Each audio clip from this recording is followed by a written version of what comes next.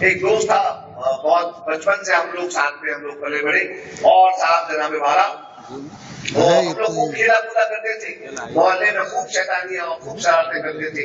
وہ بندہ بڑا ہوا اور بڑے ہو کے اس کے والد نے اس کو جو ہے مدرسے میں داخل کر دیا، وہ عالم بنا، عالم بن کے ہمارے محلے کی مسجد میں وہ پیش امام بن کے آ گیا۔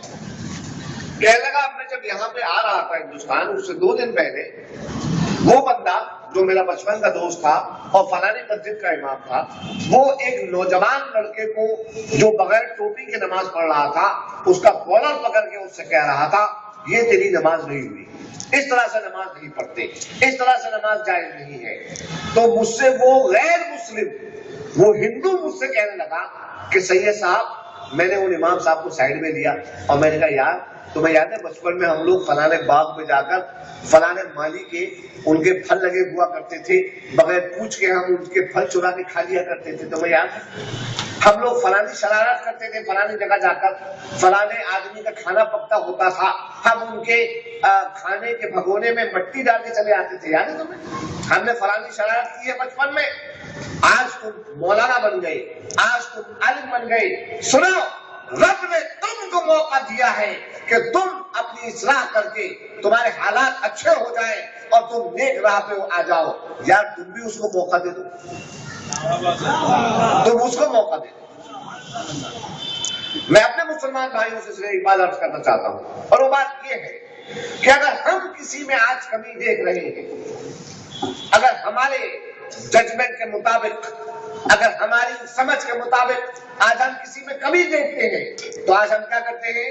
امام غزالی رحمہ اللہ سے کسی نے پوچھا اگر کوئی شخص نماز نہیں پڑھ رہا ہے تو حضور اس کے لیے شریعت کا کیا حکم ہے؟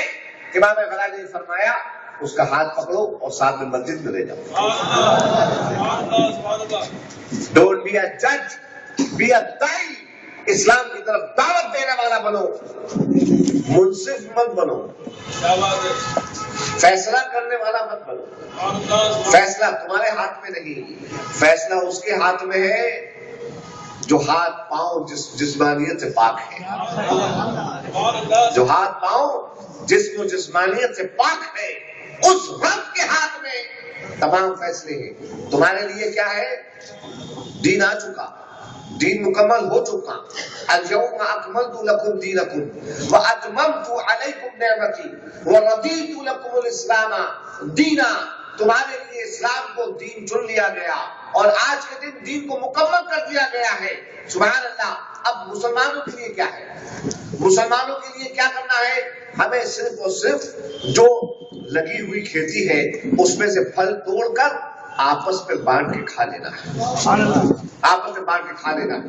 آج کل کے جو معاملات ہیں وہ صرف نفرت پھیلائی جا رہی ہے، آپس میں ایک دوسرے کے لیے بدگمانیاں، بدزنی پھیلائی جا رہی ہے۔ یاد رکھو آقا کریم علیہ الصلوۃ والسلام نے جب درس دیا، دین کا درس دیا، تو سب سے پہلا درس کیا تھا؟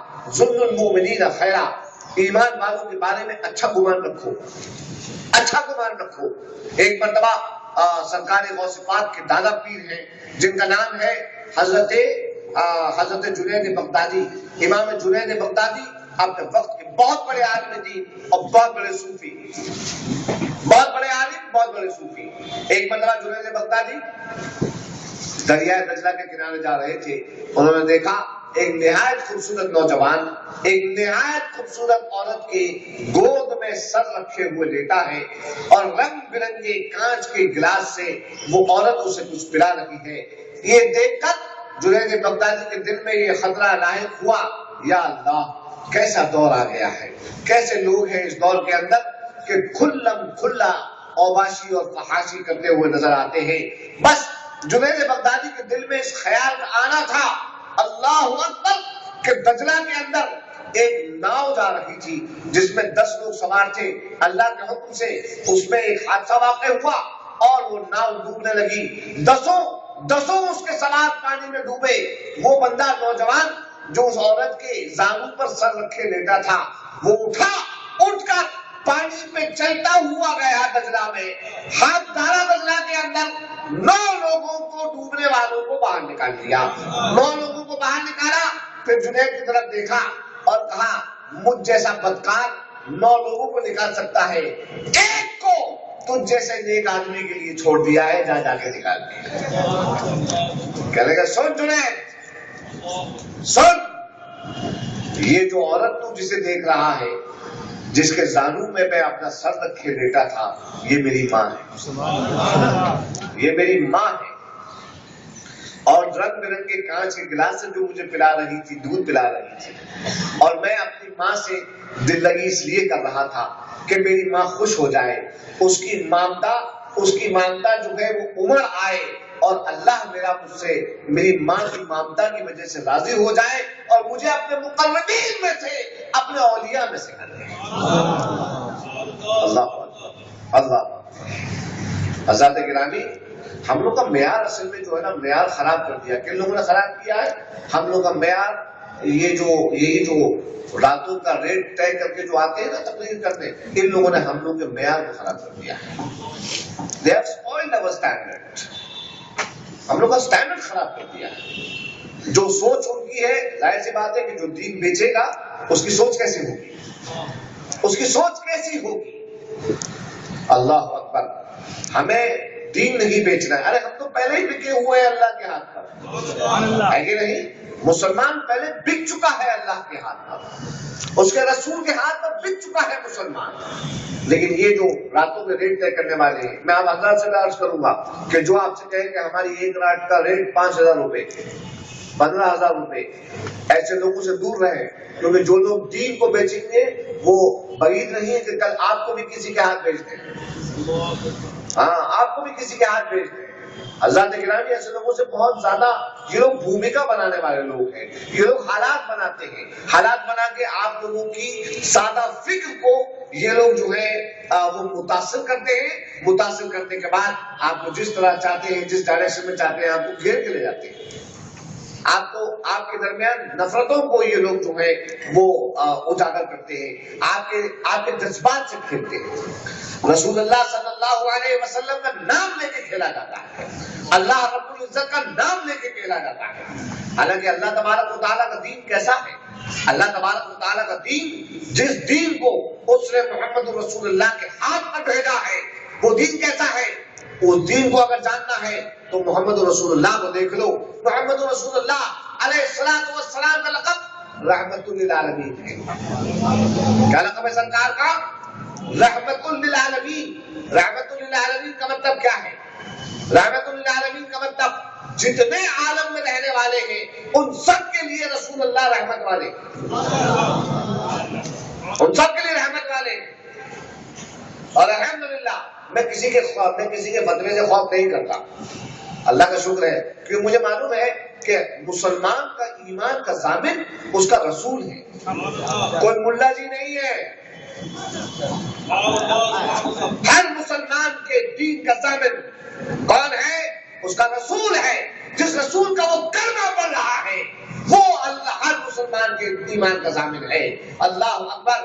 حضرات گرامی، آج کل یہ جو معاملات پھیلائے جا رہے ہیں، جن معاملات میں سلسلوں کو لے کر، بزرگوں کو لے کر، مدرسوں کو لے کر، خانقاہوں کو لے کر افتراق پیدا کیا جا رہا ہے کہ فلانا سلسلہ الگ ہے، فلانا پیر صاحب الگ ہے، فلانا مدرسہ الگ ہے، فلانی مسجد الگ ہے۔ للہ، خدا کے لیے جس رسول کو مانتے ہو، جس ایک خدا کو مانتے ہو، اس کے لیے ایک ہو جاؤ، اس کے لیے ایک ہو جاؤ۔ یاد رکھو، اللہ تبارک و تعالیٰ نے اسلام کو ہمارے لیے چنا ہے۔ کیونکہ تاکہ اس دنیا میں امن قائم ہو جائے۔ آج معلوم ہے کیا ہو رہا ہے؟ آج یہ ہو رہا ہے کہ مسلمان جو ہے وہ کہہ رہا ہے کہ ہمارے دین میں سرکار صدیق اکبر کی صداقت ہے، سرکار فاروق اعظم کی عدالت ہے، سرکار عثمان غنی کی سخاوت ہے، ہمارے مولا علی اتنے شجاعت والے تھے کہ تنہا انہوں نے باب خیبر کے قلعے کے دروازے کو اکھاڑ کے پھینک دیا۔ سبحان اللہ۔ آج آپ کو معلوم ہے غیر مسلم کیا کہتے ہیں؟ معلوم آپ کو غیر مسلم کیا کہتے ہیں؟ آج کے غیر مسلم اسلام سے بہت متاثر ہیں۔ غیر مسلم اسلام سے بہت متاثر ہے۔ کیوں؟ کیونکہ ان کو یہ محسوس ہو گیا ہے کہ شانتی پیدا کرنے کے لیے اگر زندگی جینے کا کوئی طریقہ ہے تو وہ صرف اسلام ہے، وہ صرف اسلام ہے۔ اور کیوں ان کو پتا چل گیا معلوم ہے آپ کو؟ دیکھیے، اس لیے ان کو یہ پتا چل گیا ہے کیونکہ سچ بولنا، اچھا عمل کرنا، غریبوں کی مدد کرنا، بیواؤں کی مدد کرنا، گروہ کا سہارا بننا، ویوہار کے اندر ایمانداری برتنا، یہ تمام جو اچھی باتیں ہیں، سب سے پہلے آپ سمجھ لیں کہ یہ تمام اچھی باتیں کسی بھی ایک مذہب یا دین کی مونوپلی نہیں ہے۔ سچ بولنے کے لیے آپ کسی بھی ہندو سے جا کے پوچھ لیجیے، آپ کسی کرسچن سے جا کے پوچھ لیجیے، آپ کسی یہودی سے جا کے پوچھ لیجیے، آپ کسی سکھ سے جا کے پوچھ لیجیے، جس طرح سے آپ کہہ رہے ہیں کہ سچ بولنا چاہیے، سبھی کہتے ہیں، کوئی نہیں کہے گا جھوٹ بولنا چاہیے۔ آپ جس طرح سے کہتے ہیں کہ شراب نہیں پینا چاہیے، اسی طرح سے سب دوسرے مذہب والے بھی کہتے ہیں کہ شراب نہیں پینا چاہیے۔ آپ جس طرح سے کہتے ہیں کہ کسی انسان کا حق نہیں ماننا چاہیے، اسی طرح سے دوسرا مذہب والا بھی یہ کہہ رہا ہے کہ حق نہیں ماننا چاہیے۔ پھر اسلام سے متاثر کیوں ہوتے ہیں لوگ؟ اسلام سے متاثر ہونے کی وجہ صرف ایک ہے کہ کوئی دوسرا شخص جب کہتا ہے کہ سچ بولنا چاہیے اور مسلمان کہتا ہے کہ سچ بولنا چاہیے، دونوں میں فرق صرف اتنا سا ہے کہ مسلمان یہ سوچ کے کہہ رہا ہے کہ سچ بولنا چاہیے کیونکہ مسلمان کا ایمان ہے، آج میں ابھی سچ بولوں گا تو کل مر کے مجھے اللہ کو منہ دکھا کر اس کا جواب دینا ہے۔ ایک چیز ہے جسے کہتے ہیں عربی میں مسئولیت، اور جسے انگریزی میں کہتے ہیں آنسربلٹی، انگریزی میں کہتے ہیں آنسربلٹی، اور اردو میں جسے کہتے ہیں جواب دہ ہونا۔ ہم مسلمان ہیں اور ہم جانتے ہیں کہ آج ہم کوئی اچھائی کریں گے تو ہم اچھائی اس لیے نہیں کر رہے ہیں کہ سماج میں ہمارا نام ہو جائے کہ صاحب مولانا معین الدین صاحب جو ہیں بہت زیادہ پیسہ بانٹنے والے آدمی ہیں، یا مولانا ہدایت اللہ خان صاحب جو ہیں وہ بڑے سچے آدمی ہیں۔ حضرات یاد رکھیے کہ ہم لوگ اگر آج کوئی بھی اچھا کام کرتے ہیں تو وہ مسلمان ہونے کے ناطے صرف اس لیے کرتے ہیں کہ کل ہمارا ایمان ہے کہ موت برحق ہے، ہمیں مرنا ہے اور مرنے کے بعد اللہ کو منہ دکھانا ہے اور ان تمام معاملات کا ہم کو جواب دینا ہے۔ اسے کہتے ہیں آنسربلٹی، اور یہی فرق ہے ایک مسلم میں اور ایک غیر مسلم میں۔ اس کے علاوہ کوئی، ہم سب انسان ہیں اور جب تک ہم زندہ ہیں یاد رکھیں کہ جب تک ہم زندہ ہیں ہمارا مسلک انسانیت پھیلانا ہے۔ میں نے آپ کے سامنے قرآن پاک کی میں نے آیت تلاوت کرنے کا شرف حاصل کیا۔ اللہ تبارک و تعالیٰ ارشاد فرماتا ہے کنتم خیر امت، تم سب سے اچھی امت ہو۔ ہم لوگوں نے اپنے پوٹینشیل کو ہم لوگوں نے ریئلائز نہیں کیا ہے۔ مسلمان اپنے پوٹینشیل کو، اپنی شان کو ریئلائز نہیں کر رہا ہے۔ آج ہم لوگ جو ہے رسول کی شان کیا بیان کر پائیں گے؟ رسول کی شان تو اللہ تبارک و تعالیٰ نے عرفہ والا رکھی ہے، مسلمان کی طاقت نہیں ہے، کسی انسان کی طاقت نہیں ہے۔ ہم تو اپنے اذکار میں رسول اللہ کا ذکر اس لیے لے آتے ہیں تاکہ ہمارے ذکر کو فضیلت مل جائے، ہماری زبان میں تاثیر پیدا ہو جائے، ورنہ ہماری زبان میں کیا طاقت کہ ہم رسول کا ذکر کر پائیں یا ان کی صفات کو بیان کر پائیں۔ تو حضرات گرامی، میں چاہتا ہوں کہ مسلمان آپ لوگ سمجھیں کہ سیرت رسول کے اس جلسے میں ہم لوگ پہچانے کہ ہم لوگوں کا پوٹینشیل کیا ہے۔ کنتم خیر امت، تم سب سے اچھی امت ہو۔ آج میں آپ سے ایک بہت ہی کامن سینس کی بات پوچھ رہا ہوں، اور وہ کامن سینس کی بات یہ ہے آج کل کا جو زمانہ چل رہا ہے اس کے اعتبار سے رسول اللہ صلی اللہ تعالیٰ علیہ وسلم پر جو قرآن نازل ہوا، اس قرآن میں مسلمانوں کے لیے کیا ڈیوٹیز تھی ہم نہیں جانتے۔ کیوں؟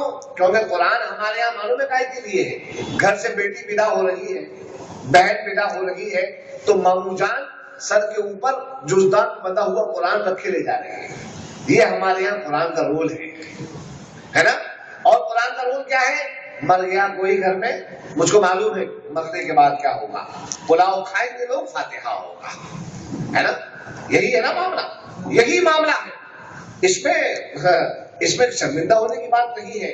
ہاں شرمندہ اگر اللہ کی بارگاہ میں شرمندگی سے بچنا ہے تو ہم کو ریئلائز کرنا پڑے گا کہ ہمیں کرنا کیا چاہیے اور ہم کر کیا رہے ہیں.